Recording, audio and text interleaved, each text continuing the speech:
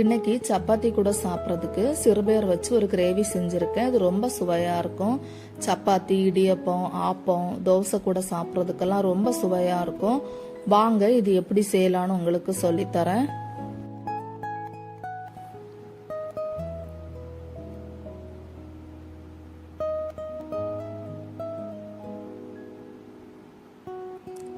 ஒரு 1/4 கிலோ சிறுபயர் எடுத்திருக்கேன். அதை தண்ணியில் வாஷ் பண்ணிட்டு குக்கரில் மாற்றி கொஞ்சம் தண்ணி உப்பு சேர்த்து ஒரு 3 விசில் வரைக்கும் வேக வச்சு எடுத்துக்கலாம்.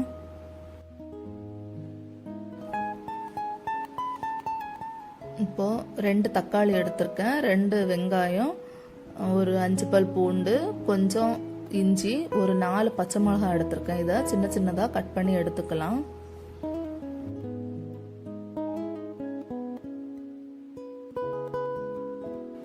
இப்போ இந்த குழம்புக்கு தேவையான மசாலா வறுத்துடலாம். அதுக்கு 2 கைப்பிடி அளவு தேங்காய் எடுத்திருக்கேன், 1 ஸ்பூன் மிளகாய்த்தூள், 1/4 டீஸ்பூன் மஞ்சள் தூள், 1/4 டீஸ்பூன் பெருஞ்சீரகம். இப்போ இதை கொஞ்சம் நல்லா வதக்கிக்கலாம். இப்போ ஸ்டவ் ஆஃப் பண்ணிட்டேன். இதில் கொஞ்சம் கருவேப்பிலை சேர்த்து நம்ம இதை ஒரு ஃபைன் பேஸ்ட்டாக அரைச்சி எடுத்துக்கலாம். இது கொஞ்சம் ஆறட்டும். ஆறுனதுக்கு அப்புறம் நம்ம ஃபைன் பேஸ்ட் அரைச்சு எடுத்துக்கலாம். இப்போ அதே கடாயில் ஒரு 4 ஸ்பூன் தேங்காய் எண்ணெய் ஆட் பண்ணிக்கிறேன். இதில் கொஞ்சம் பட்டை, 3 கிராம்பு, கொஞ்சம் பிரிஞ்சி இலை, இஞ்சி பூண்டு,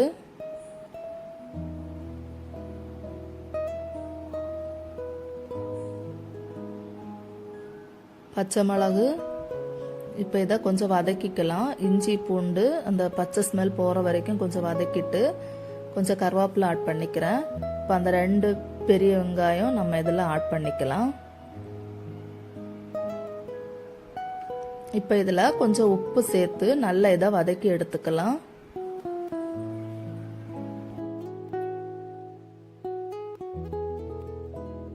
இப்போ இதில் கட் பண்ணி வச்சிருக்கிற 2 தக்காளியும் சேர்த்து கொஞ்சம் நல்லா வதக்கிக்கலாம். இதை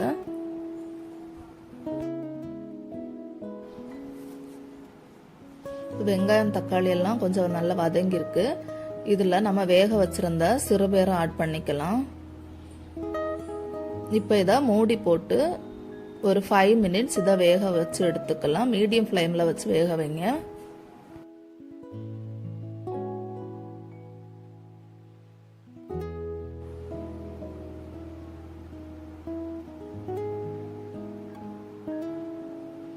இப்போ நம்ம வறுத்த மசாலாவை ஃபைன் பேஸ்ட்டாக அரைச்சி எடுத்துக்கலாம்.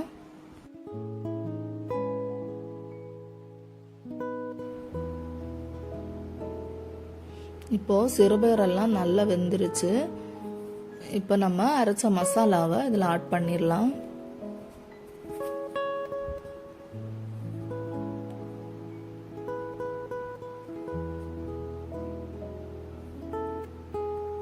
இப்போ இதில் தேவையான அளவு கொஞ்சம் தண்ணி ஊற்றி மீடியம் ஃப்ளேமில் இதை ஒரு 5 மினிட்ஸ் வேக வச்சு எடுத்துக்கலாம்.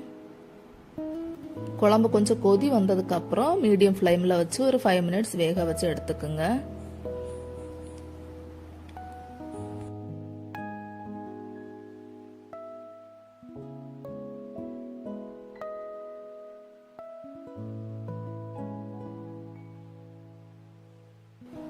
இப்போ உப்பு கரெக்டாக இருக்குன்னு பார்த்துட்டு உப்பு தேவைன்னா உப்பு ஆட் பண்ணிடுங்க.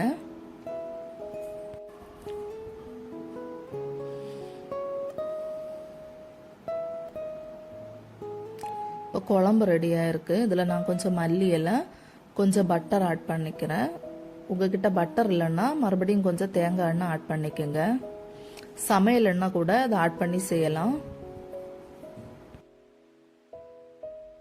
இந்த குழம்பு ரொம்ப சுவையாக இருக்கும். குழந்தைங்களுக்கு பண்ணி கொடுங்க. குழந்தைங்க ரொம்ப விரும்பி சாப்பிடுவாங்க. எங்கள் வீடியோ பிடிச்சிருந்ததுன்னா மறக்காமல் லைக் பண்ணுங்கள், ஷேர் பண்ணுங்கள், சப்ஸ்கிரைப் பண்ணுங்கள்.